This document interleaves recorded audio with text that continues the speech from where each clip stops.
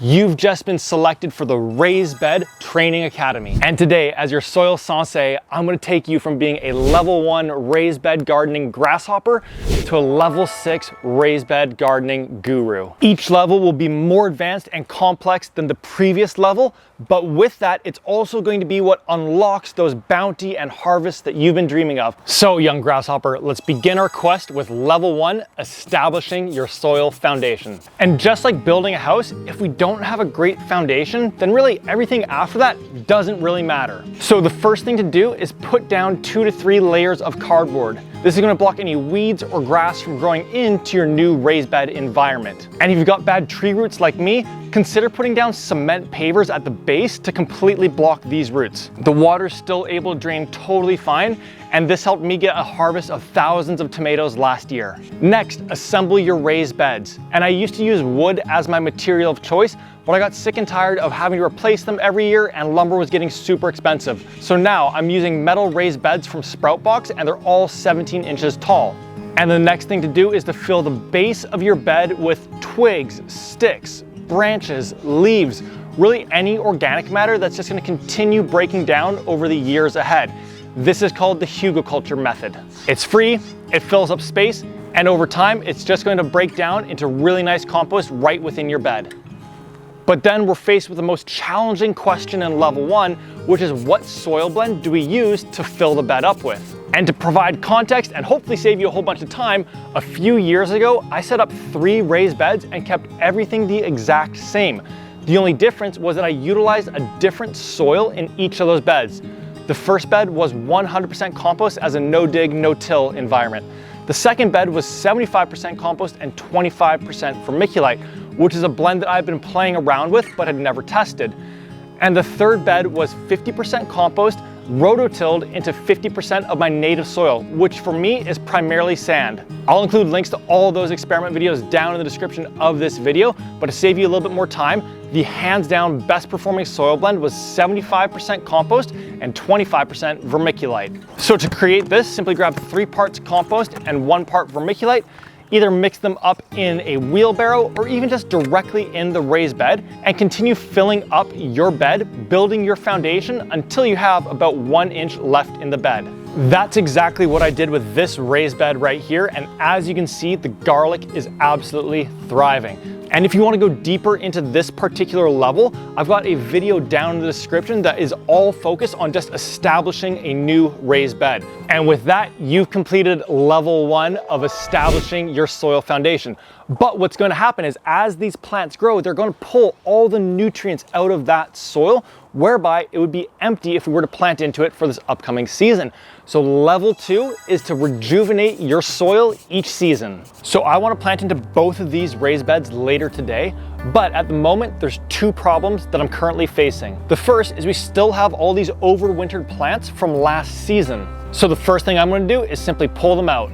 Now, some people do prefer to chop them at the roots to disturb the soil as little as possible, but my whole thing is that we disturb the soil a ton when we're harvesting carrots and potatoes, so I can't see it being that bad.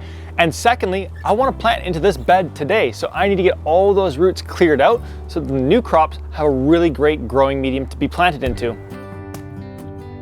So now that we have our blank slate right here, we could start planting into it. And the way that I encourage you to think about this is as a soil bank account. See, when we established that soil foundation a year ago, we put in tons of compost and it was full of the nutrients that our plants need: nitrogen, phosphorus, potassium. So at that point, the soil bank was full. But in order for those plants to put on growth, they had to make withdrawals from the soil bank of nutrients. So if I were to plant into it right now before making a deposit of new nutrients, then our plants will really struggle because they'll be trying to make withdrawals, but there just isn't the nutrition in the bed. So to rejuvenate your soil and complete level 2, simply add 1 inch of compost across the bed. And if possible, try to avoid using bagged compost from a big box store and instead get it fresh from a nursery or garden center.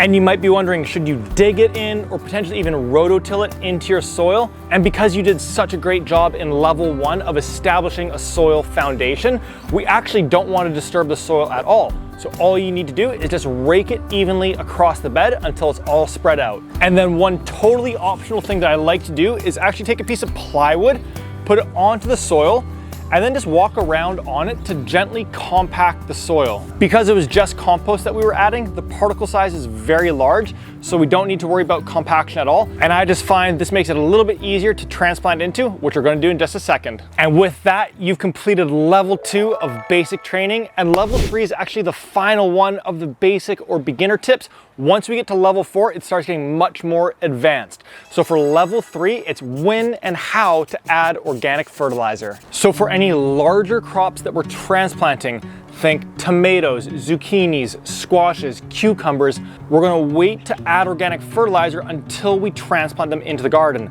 And at that point in time, you're simply going to add 1 tablespoon of 444 organic fertilizer into the transplant hole. Because there's more space between each of these plants, we want to make sure that that organic fertilizer is right in their root zone where they're going to be able to access it. But then for any of our smaller plants and for everything that we're direct sowing, all that you need to do is add 1 tablespoon of 444 organic fertilizer per square foot, and then simply scratch it into the top inch of soil. And once you've done that, you can absolutely direct sow or transplant into that bed because the remaining 3 levels are all post-transplant. Congratulations, you have made it through basic training. Level 3 is complete. And honestly, if you leave it as it is right now, you'll probably get to about 70% of the maximum harvest for whatever it is that you planted.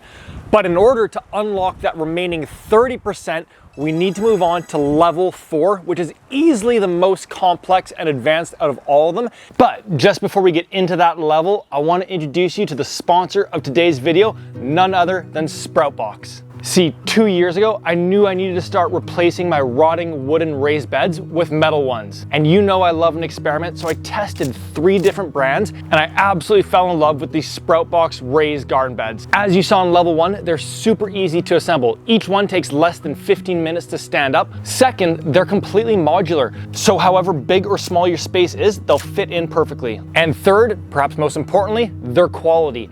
As you can see, through a full season and harsh winter, there's not a single sign of wear and tear. No rust, no warping, they're looking good as new and will last up to 20 years. Since I've started gardening in Sproutbox raised beds, I've had my absolute biggest and best harvest ever, and I know you will as well. So if you want to get 10% off your Sproutbox raised beds and be growing in the exact same beds as me, simply head to the link in the description of this video and use the code LEVELUP10 and you'll get 10% off. Now let's get back to the video and dive in to level 4, which is setting up automated irrigation. And over the last 5 years, I've experimented with countless different irrigation options, from hand watering to little bubblers, dedicated drip emitters, and 1/4-inch drip line.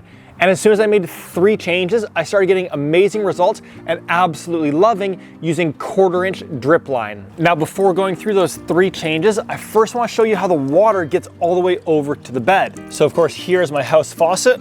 And connected to it is this automatic 4-way splitter. And that allows me to automatically get water out to 4 different growing zones, such as my tomato and basil bed, all of my tulips, daffodils, and cut flower beds, my entire greenhouse area, and of course the raised bed that we just set up. Now to show you how the water gets out to the bed, at the bottom of the 4-way splitter is a 1/2-inch main line that runs underground out to each of the beds. And then using these little elbow components, I'm able to build it back up through the bed and attach a 1/2-inch line header at the end so that I can now run the 1/4-inch drip line through the bed. And you might be thinking, that sounds a little bit complex, but I've got a full video where I go through step by step how to build out an automatic irrigation system just like this, and I'll include a link to it down in the description.